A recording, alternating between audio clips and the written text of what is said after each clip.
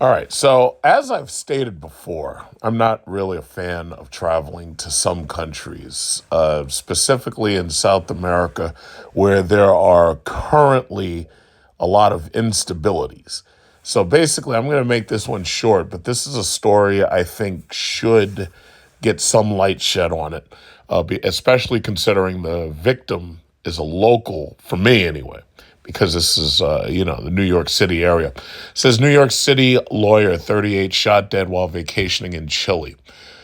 A Staten Island lawyer who devoted his life to public service was shot dead while vacationing in Chile earlier this month, leaving his family struggling to make sense of the tragedy.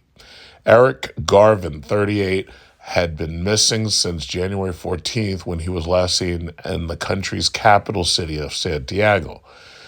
1 week later, his family received the horrific news that their son was killed and his body was inside a hospital morgue. This is the darkest chapter of our lives because we are living every parent's worst nightmare, his father, Eric Garvin, wrote on Facebook. The Staten Islander had been gunned down on a street after snapping a photo of a building the same day in a seemingly random attack. He was shot 3 times by 3 to 4 men who also stole his phone. Now, before I even go on, I'm very, very saddened to hear this. I didn't personally know Eric Garvin, but as you know, I've told you the story before of when I was in the Dominican Republic. And I, one day, I left the, what was it called? I left the all-inclusive resort, Lifestyle Tropical. This was in Puerto Plata, I believe. And I went into the city center. I did basically just a little walking around. I just wanted to see what the place looked like. It's obvious that I was a tourist because I absolutely don't look like the people around there. And I had a brand new iPhone, I believe it was a 4S, because this was 2011. And it was in November, so it would have been after the iPhone was released in September or October. And 2 military police, or 2 Dominican police, came right up to me. One of them stood on my left, one of them stood on my right. And one of them had a shotgun, one of them had an AK style assault rifle. And basically, at first I was a little worried, but I realized right away, it's they're not there to do anything to me. They're there to protect me just in case somebody might try to come up and take my phone from me. Because I was standing there taking photos. And I never felt in danger. It wasn't a bad area. It was a regular city street. And the sad thing about it was they were there just to make sure nobody would try to take my phone from me. So, when my what was it called? When the, not really a taxi, but it was a guy who was driving people back and forth from the city center to the actual all-inclusive resort. When he came back, he picked me up. And they were there basically to make sure that I got picked up and there was no problem. But this is a photo of Eric Garvin, as you could tell. And they say what they told us is my son was innocently walking down the street, paused for a moment, took a snapshot of a building in a drug-infested area. And immediately following that, 3 gentlemen, I don't know why they call them gentlemen, but anyway, came across the street, grabbed my son and stole his phone, shot him 3 times, and he died there on the scene. Garvin Jr. was reportedly going out to grab dinner when he was shot. The distraught father said his son died doing what he loved to do, which was travel abroad. He estimated that he visited more than 40 countries in his lifetime, many with his sister. I want people to be more like him. I want people to make space for each other, she told ABC. I want them to be curious about meeting each other and experiencing each other's cultures. He was set to fly to Argentina one day after he was killed to continue his travels with his friend who was also on the trip, but not with him when he was shot. Garvin Jr. moved to Staten Island from Maryland a decade ago and graduated from law school in the state. He had worked for the city council as well as the Mayor's Office of Criminal Justice. Under former Mayor de Blasio, he worked on initiatives to combat gun violence in neighborhoods like Brownsville. Okay, I guess this is a family photo. Oh, no, no, no. In fact, I think I saw the father on the news report. So I think that's the father in the middle. All right. Multiple elected officials offered their condolences on Twitter. Deeply saddened to hear the news of Eric Garvin's passing, Staten Island Assemblyman Charles Fall tweeted, Eric was a dear friend to me and so many in our community. My heartfelt condolences are with Maggie Garvin and the entire Garvin family. I'm going to give you the link to this story. But basically, what I'm going to say is that one thing I've noticed about Passport Bros, one thing I've noticed about a lot of travelers, especially from, here in New York and from even California, from Florida, a lot of these countries that we go to, I already made a video about staying safe in foreign countries. Now, I pointed out a couple of major things that I do when I'm in a foreign country, like when I leave to go to, now, first of all, I don't really anticipate having any problem in French Polynesia to go to Bora Bora. I don't anticipate having any problem. When I go to Singapore, I don't anticipate having any problem. The Philippines and Thailand, I'm comfortable because for the most part, I don't go into any crazy like slums or anything, and I don't go into back alleys and stuff. I don't do stuff like that. But what I can say is that there's some of the things that I do to make sure that I'm safe. First of all, you should always contact the State Department, let them know exactly where you're going to be. And you should always keep tabs with somebody at home to let them know exactly where you're going to be. See, the interesting thing is, somebody at home or even the State Department, you can geotag photos.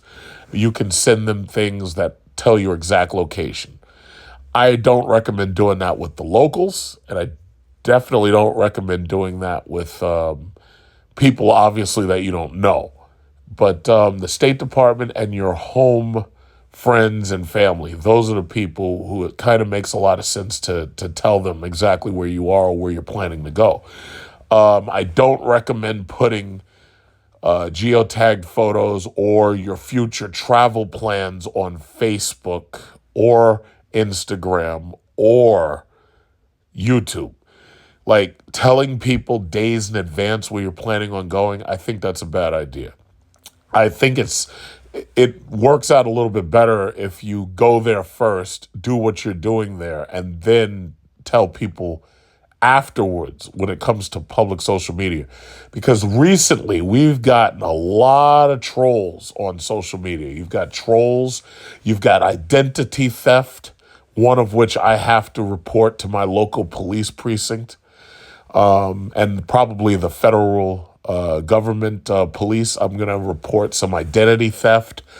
And the issue is you've got a lot of people out there who will use your absence from your home or wherever you live to probably try to go there and steal. We've all heard these stories. You go somewhere and when you let people know that you're away, people might go to your house and try to steal something or break in or do something like that. Robberies are very common. And then there's the other people who do identity theft. And then there's the people who do, what's it called, blackmail. There's the people who do scams because they'll try to, like, I've seen scams where people will literally call from another country and they'll tell your parents that you're in jail or something. And then they'll demand that your parents send money and stuff. So you got to be very, very careful nowadays with the identity theft, the fraud, the doxing and such. And my recommendation is, again, report things to the State Department, report things to your local police, report things to the federal investigators. I think those are the best moves, especially if you know that you're going to be going for a certain period of time. Now, as far as staying safe in foreign countries, there are some people who like going to these hostels. I personally do not do hostels. I don't want to share rooms with anybody. I don't want to be around anybody who I don't know. There's always a possibility somebody might encroach on your space. There's always a possibility somebody might take your stuff. Like, for instance, like you leave your book bag or something, you go out and then you come back, it's not there. It's like, nah, I don't have time for that. I prefer to stay in condos, gated condos with security, preferably armed security. You never know when somebody might take the chance to come and grab an American tourist specifically, especially because you're American. They believe that if they kidnap you, that they can get money, they can extort money out of people back home. You never understand when these people might say, "Oh yeah, well we're at war with America, so we're going to come after you." You know, it's similar to that Brittany Griner situation, except she ended up in jail because she brought in drugs. But she got lucky, she got let go. But my thing is, it's like countries that we have hostilities with, I'm not going to. Period. I'm just not going. Countries that have very strong central governments and very, very strong rule of law, those are the countries I don't mind going to. Countries that have on and off violence and stuff or documented violence against tourists, I'm not going to. It's just that simple. So, yeah, this is a very, very saddening story. And again, I already did a one story about staying safe in foreign countries, probably about 5 to 6 videos back. I honestly don't really know off the top of my head. But yeah, that's basically it. Now, I didn't know this person.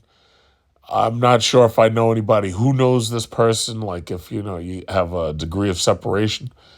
But yeah, it's very, very unfortunate.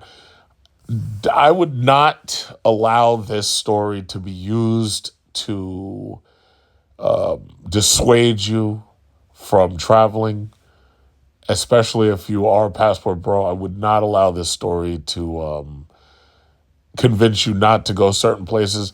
But what I would do is I would check up on the current political and economic climates in these places, because keep in mind, ever since that pandemic, ever since COVID-19 pandemic, a lot of adults of the population in these countries, some of them have lost their jobs. The desperation levels are higher than ever, as I've pointed out numerous times. To stay safe, you have to do your due diligence. You have to do your homework. And again, it's very important that you coordinate with government agencies, the police, the State Department, and whoever else may come in. Those are the people you need to coordinate. So basically that's it. Again, this is a very, very sad story. This brother lost his life down there. Please, passport bros, please be careful with these countries. Colombia, Brazil.